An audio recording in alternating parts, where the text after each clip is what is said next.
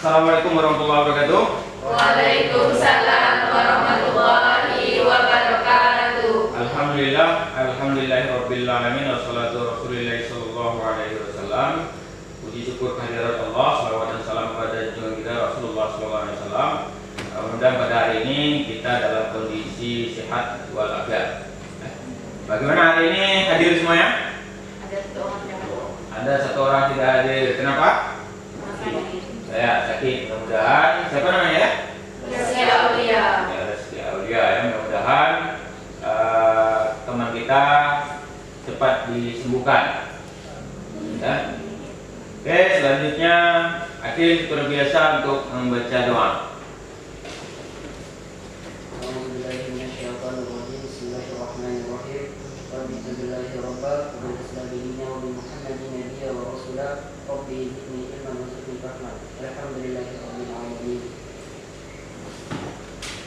Baik,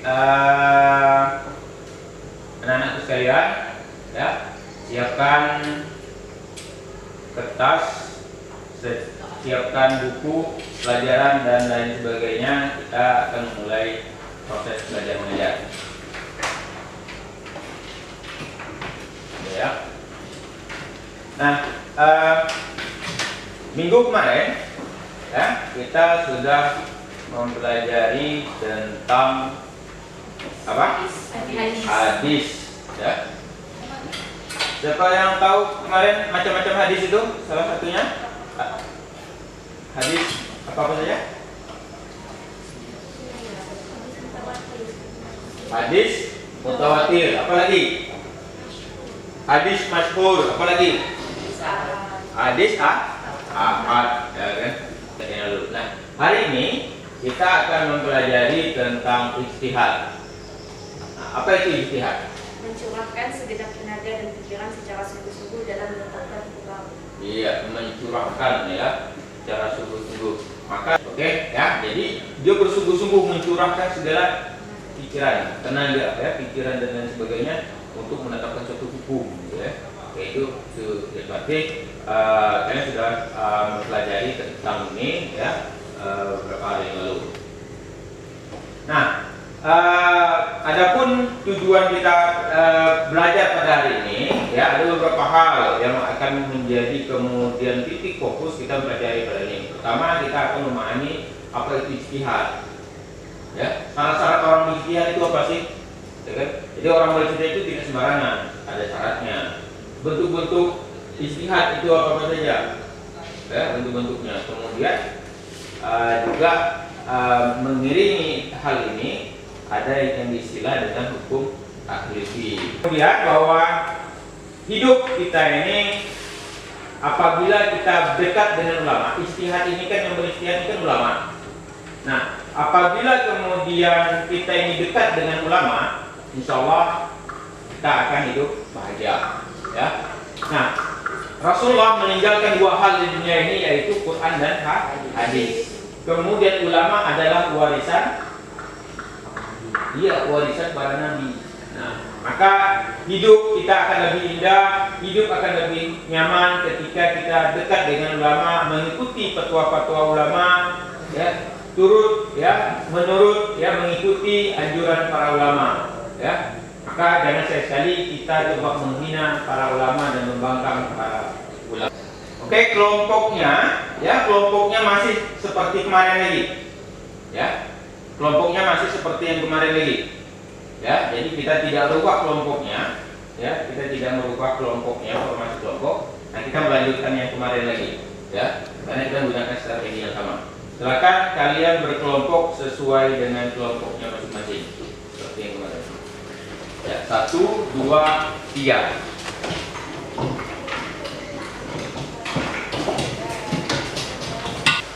Baik, ya. Silakan diambil bahan-bahan kelengkapannya, ya, untuk kita mulai kegiatan. Ketuanya masing-masing dari kelompok 1 dulu. Nah, di sini ada spidol,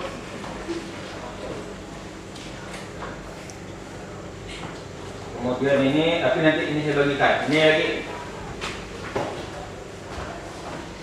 Mana? Ya.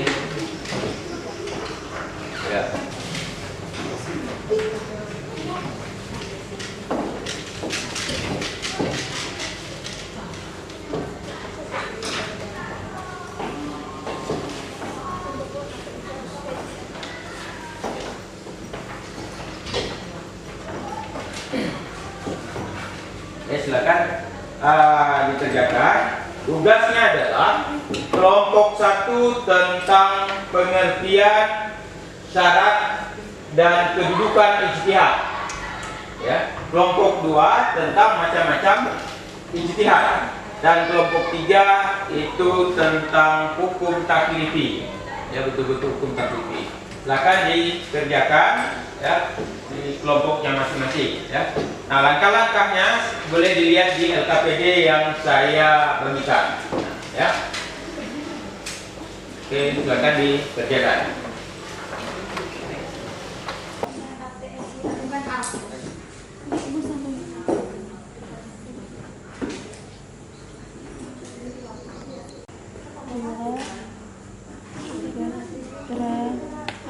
Singkatlah. Nah,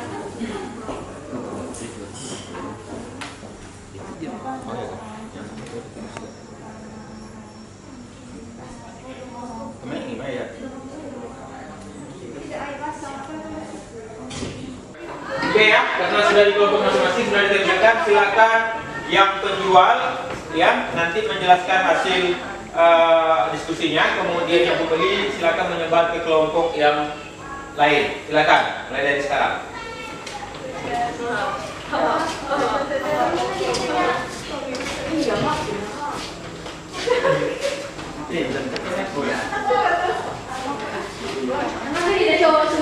Assalamualaikum warahmatullahi wabarakatuh.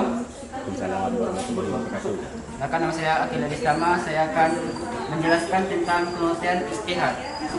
Kata istihad berasal dari bahasa Arab, yaitu istihada yatrahidu istihadan, yang berarti mengerahkan segala kemampuan bersungguh-sungguh, mencurahkan tenaga atau bekerja secara optimal. Secara istilah, istihad adalah mencurahkan segenap tenaga dan pikiran secara bersungguh-sungguh dalam menetapkan suatu hukum. Orang yang melakukan istihad biasanya dinamakan mujtahid. Yang kedua, syarat-syarat beristihad. Karena istihad sangat bergantung pada kecakapan dan keahlian para mujtahid. Dimungkinkan hasil istihad antara satu ulama dengan ulama lainnya. Berbeda hukum yang dihasilkan. Oleh karena itu, tidak semua orang dapat melakukan istihad. Berikut beberapa syarat yang harus dimiliki seseorang untuk melakukan istihad. Yang pertama adalah memiliki pengetahuan yang luas dan mendalam.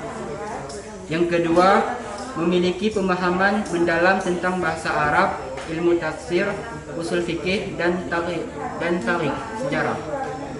Yang ketiga, memahami cara merumuskan hukum atau istinbat. Dan yang keempat adalah memiliki keluhuran akhlak mulia. Kemudian, kedudukan istihad. Istihad memiliki kedudukan sebagai sumber hukum Islam setelah hukum Islam, Al-Quran, dan hadis. Istihad dilakukan jika suatu persoalan tidak ditemukan hukumnya dalam Al-Quran dan hadis.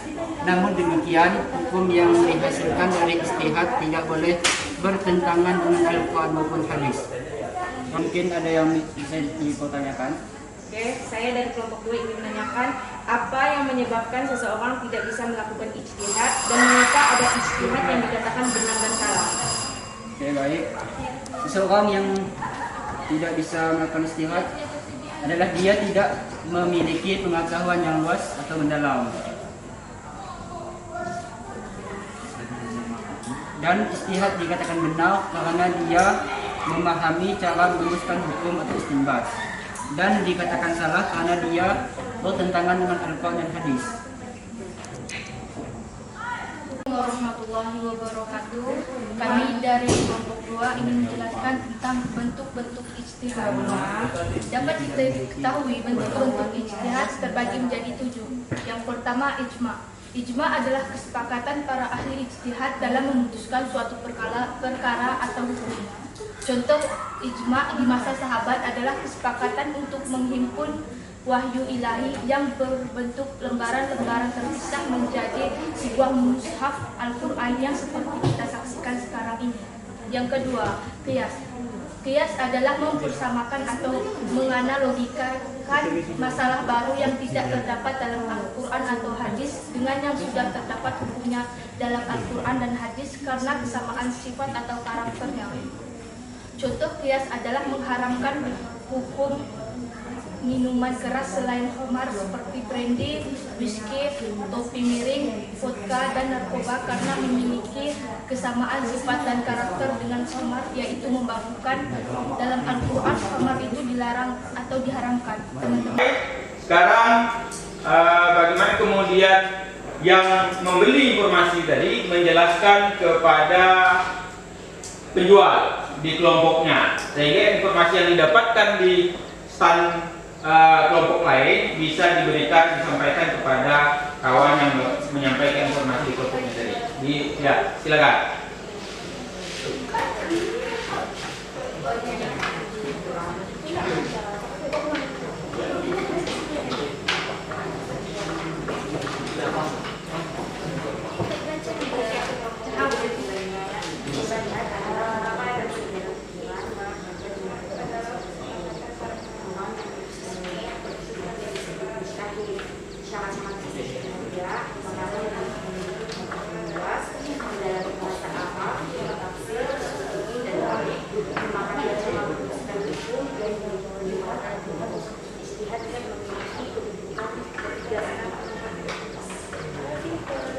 Termasuk diskusi-diskusi yang terjadi tadi juga disampaikan, pertanyaan dan lain sebagainya disampaikan juga.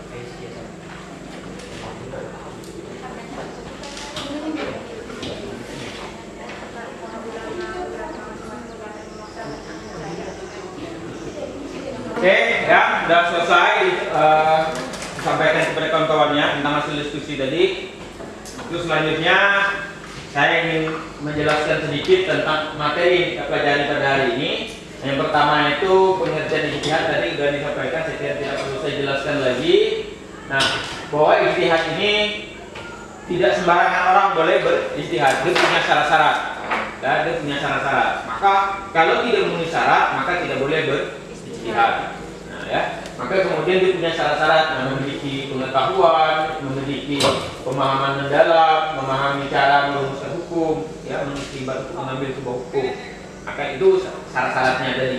Nah, kemudian kedudukannya, nah sebagaimana cerita Mu'adz bin Jabal kemarin, bahwa posisi ijtihad itu adalah posisi yang ketiga setelah Al-Quran dan hadis. Iya, setelah Al-Quran dan hadis. Jadi posisi ijtihad ini adalah posisi yang ketiga.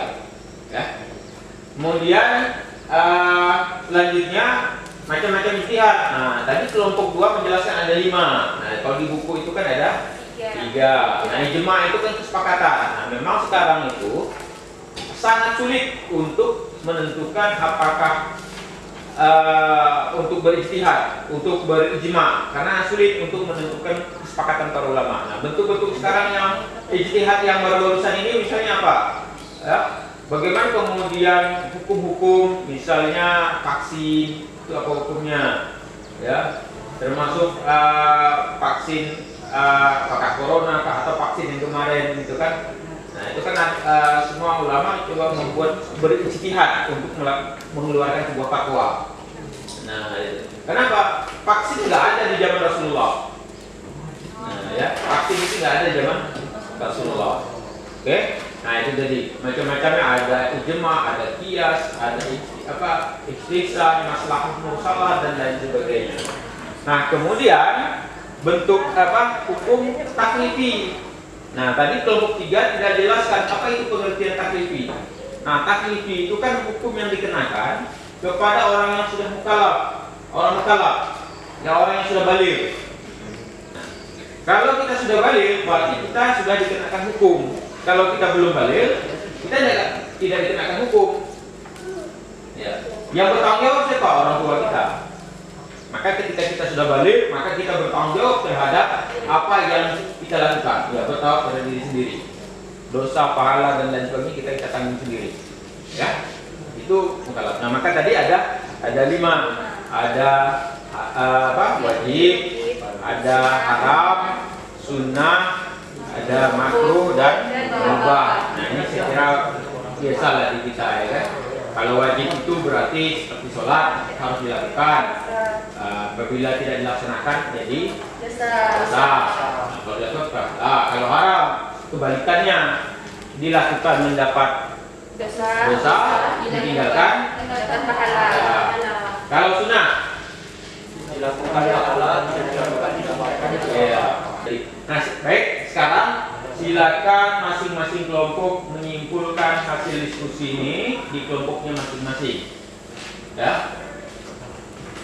Silakan mulai dari kelompok 1 dulu. Berdiri. Yang pertama, pengertian ijtihad. Kata ijtihad berasal dari bahasa Arab yaitu ijtahada, yajtahidu, ijtahadan, yang berarti menggerakkan segala kemampuan, bersungguh-sungguh mencurahkan tenaga atau bekerja secara optimal. Secara istilah, ijtihad adalah mencurahkan segenap tenaga dan pikiran secara sungguh-sungguh dalam menetapkan suatu hukum. Yang kedua yaitu syarat-syarat berijtihad. Berikut beberapa syarat yang harus dimiliki untuk melakukan ijtihad. Yang pertama, memiliki pengetahuan yang luas dan mendalam. Yang kedua, memiliki pemahaman mendalam tentang bahasa Arab, ilmu tafsir, usul fikih, dan tarikh atau sejarah. Yang ketiga, memahami cara merumuskan hukum. Dan yang terakhir yaitu memiliki keluhuran akhlak mulia. Yang ketiga yaitu kedudukan ijtihad. Ijtihad memiliki kedudukan sebagai sumber hukum Islam setelah hukum Islam Al-Quran dan Hadis.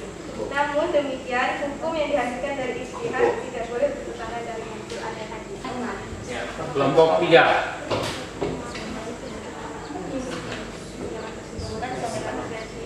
Kesimpulannya adalah hukum taklifi ini bisa berguna untuk kehidupan sehari-hari, baik itu wajib, sunnah, haram, makruh, dan mubah. Contohnya adalah salat, puasa, dan sebagainya. Terima kasih. Oke, ya. Jadi kesimpulan masing-masing. Ya, terima kasih sudah membuat kesimpulan. Harus dipahami, kita tidak hanya memahami materi kelompok kita saja, tapi juga memahami kelompok lain. Karena materi ini merupakan materi satu kesatuan. Ya.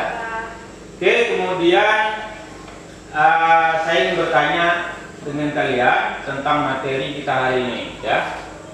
Nah, kita tahu bahwa akhir-akhir ini banyak sekali siswa yang terjebak pada narkoba. Ya, narkoba. Nah, narkoba pada zaman Rasulullah ini tidak ada. Jelas artinya bahwa di hadis dan di Al-Quran tidak disebutkan hukum narkoba. Nah, pada dasarnya sesuatu yang tidak dilarang di Al-Quran dan tidak dilarang di hadis itu hukumnya mubah. Ya, hukumnya mubah, boleh. Nah, namun kemudian para ulama bersepakat bahwa ketika terjadi penggunaan narkotika, ya, ketika terjadi penyalahgunaan narkotika, maka hukumnya haram. Ya, haram penggunaan narkotika apabila disalahgunakan. Nah, kesimpulan ini merupakan bentuk salah satu ijtihad. Nah, bentuknya apa? Dan kemukakan alasannya. Yes. Ya, alasannya Sama karakter dan sifatnya. apa yang sama? Apa yang sama karakternya? Apa dengan apa? Bisa bukan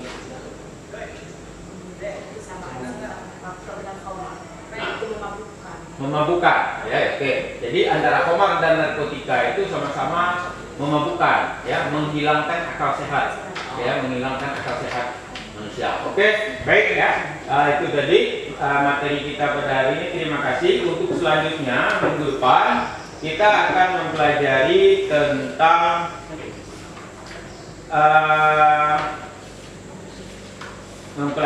tentang dakwah Rasulullah pada periode Mekah, ya, dakwah Rasulullah pada periode Mekah. Itu yang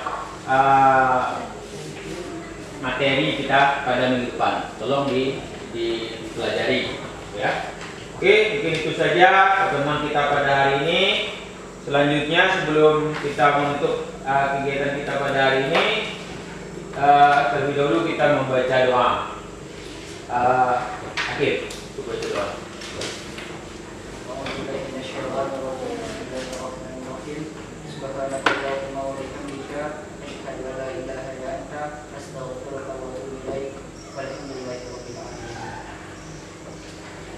Alhamdulillah, pelajaran kita sudah selesai ya. Sampai di sini ya. Billahi taufiq wal hidayah. Assalamualaikum warahmatullahi wabarakatuh. Waalaikumsalam.